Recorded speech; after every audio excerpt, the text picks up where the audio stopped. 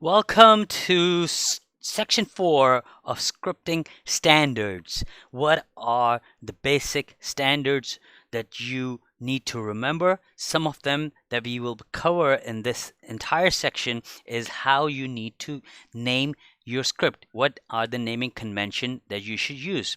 Okay, hey, I know what naming convention to use. I don't have to worry about it. I would remember everything that I would know. Okay, if you do know that, be my guest. Skip ahead to this lesson that I will cover. But trust me, down the road, if you have created a script a year from the time you created the script, you will forget it if you do not have in a proper naming convention and if you do not have in a proper directory structure. So we'll cover about the naming convention. We'll cover out how the script permission works. So when you create a file, by default, it does not assign the executable permission.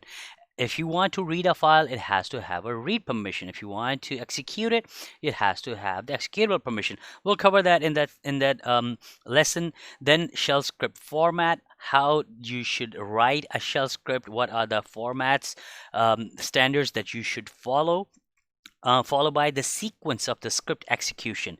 When you want to execute certain things inside of your script, you want to execute A, B, C, you need to know how they are executed.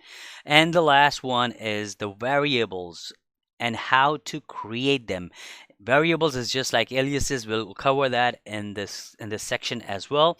So these are the basic things. Again, if you know all that, be my guest. You could fast forward, but I would highly recommend you to please go over it.